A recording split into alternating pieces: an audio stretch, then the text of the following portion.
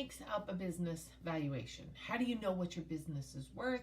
How do you know what the value is? Okay, so it's very simple. I mean, people can make it really complicated. There's a lot of different ways, but let's just keep it real, because otherwise you're not going to do it, and I wouldn't have either. So you're going to take your profitability. Let's just do the last year.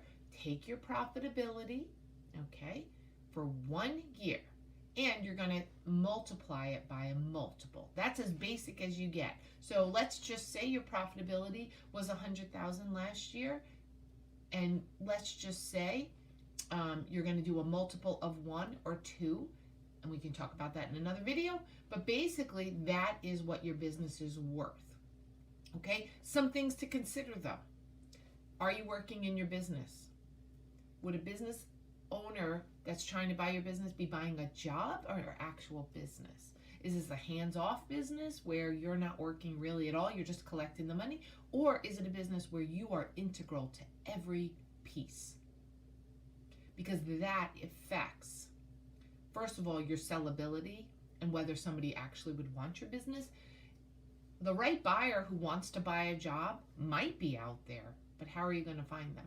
So those are things to consider, but the basic way to find out what your business is worth is to take your profitability. Now, I'm going to suggest to you that you add back in any expenses. So let's say last year you joined a mastermind. That was $30,000.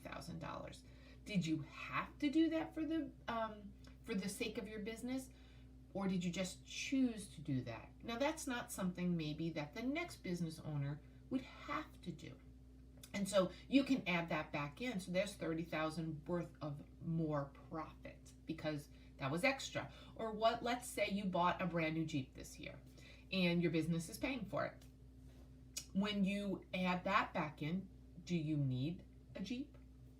Do you need a $600 a month payment coming out of your business? So if you multiply by that, that's another $5,000 profitability that you could add back in. So the more you want to strip down your profitability and add back anything that was extra, any trips you took, any extra perks that are legal that you've used as your tax,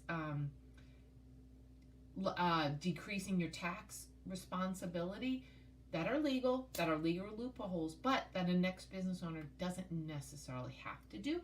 They can choose to, but you want to up your profitability the best that you can, so that way your business is more profitable, which means the value of your business in the selling is more profitable. I hope that makes sense.